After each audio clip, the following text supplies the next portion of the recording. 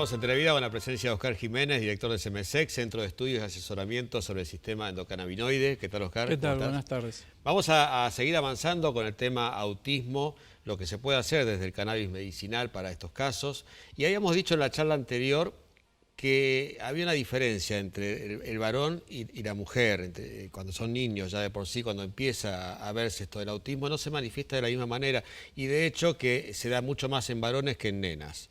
Vamos a explicar un poquitito, quizás meternos en el cerebro de cada uno de ellos y ver cuál es la diferencia, ¿no?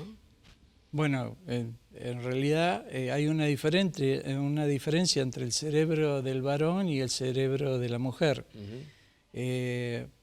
Como cumple roles distintos, el cerebro de la mujer en realidad es más pequeño en su tamaño, pero tiene mayor equilibrio. Sus hemisferios tienen alta sensibilidad a lo emocional, pero tienen un mejor procesamiento de esas emociones, entonces las reacciones son más limitadas. Ajá.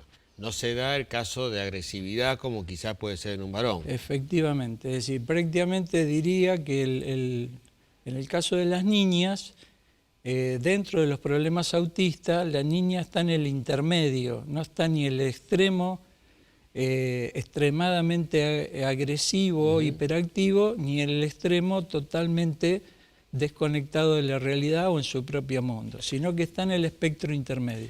Habíamos dicho que donde más se tiene experiencia desde el cannabis es en los casos de los chicos hiperactivos, o sea, ese extremo más agresivo, ¿no es cierto?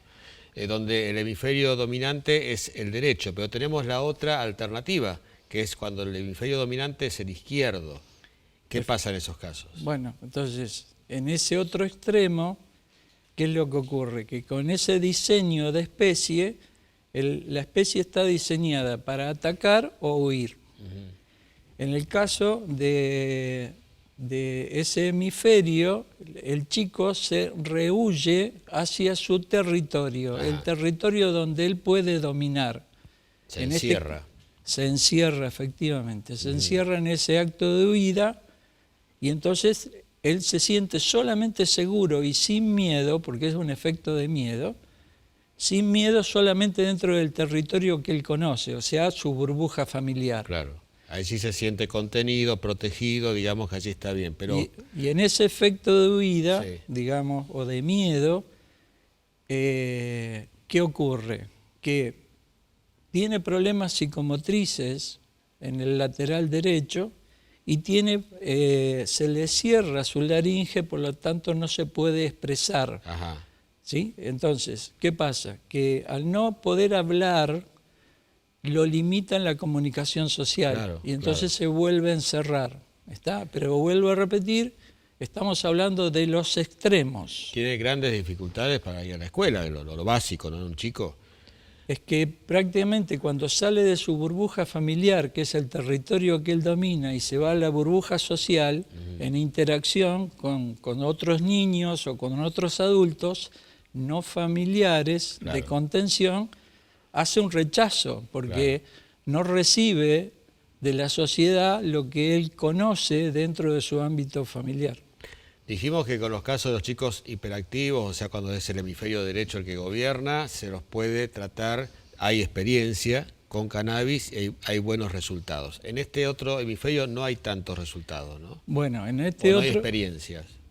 Sí, diría que no hay experiencia porque en realidad para atender este hemisferio y activarlo necesitamos la presencia del THC, que es la sustancia que hasta hace poco tiempo estaba prohibida y por lo tanto no hay evidencia científica que avale esto, y recién estamos haciendo las primeras experiencias, pero en este caso el cannabis en realidad forma parte de un abordaje integral que necesita el niño autista, donde ese abordaje integral o un equipo interdisciplinario tiene un líder, que es su profesional tratante. El profesional tratante tiene que habilitar el uso del cannabis para ese niño o esa niña. Como no existe esa experiencia de evidencia científica a nivel mundial, el profesional hasta este momento no puede recomendar el uso del THC cannabis. Y después hay una variedad también de casos intermedios, ¿no? Bueno, en realidad el crecimiento del espectro autista está dado en los casos intermedios, ¿sí? Lo que ocurre es que en la historia nosotros, digamos, teníamos al autista como solamente este chico en los dos extremos. Claro. Pero también dentro del espectro autista ahora se incluye lo que antes se llamaba el trastorno generalizado de aprendizaje y el tema de, digamos, el déficit de atención. Bien. Y fíjate una cosa, si no, nosotros estamos permitiendo esta pandemia. No solamente porque no nos estamos dando cuenta, no observamos lo que está pasando, y dentro del espectro, si hablo del trastorno generalizado del aprendizaje, nosotros durante 2 años hemos dejado de desarrollar intelectualmente a nuestros hijos. Fundamentalmente, si en la etapa de la pandemia cuarentena me tomó entre los 4 y los 6 años. Claro, perdimos ¿Sí? tiempo.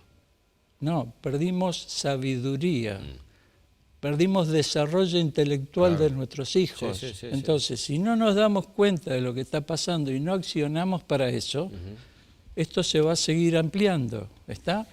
Bien, por eso siempre lo que recomendamos es la consulta al profesional tratante que ya venga llevando esto, y en el caso de querer intentar ver con las posibilidades del cannabis, bueno, ahí sí se pueden acercar a SEMESEC. En realidad, todo esto debe estar conducido por su profesional tratante, pero es fundamental la detección temprana del problema, que se da antes de entre los 3 y 4 años, ante la sintomatología de que el chico tiene un problema, inmediatamente tienen que concurrir a su profesional tratante y descartar la posibilidad de un espectro autista. Bueno, y vamos a dar entonces la dirección y teléfono de SEMESEC para todos aquellos que ya previo a haber hablado con el profesional que esté llevando el caso, quieran saber qué pasa con el cannabis medicinal. Nosotros vamos a colaborar desde SEMESEC, dándole información tanto al paciente como al profesional, y nosotros estamos en calle Entre Ríos 673 todos los días de lunes a viernes de 10 a 17 horas. Las consultas son absolutamente sin cargo y o llamando previamente al 153 145 644. Bueno, Oscar, muchas gracias. Gracias Nos a vamos a usted. encontrar.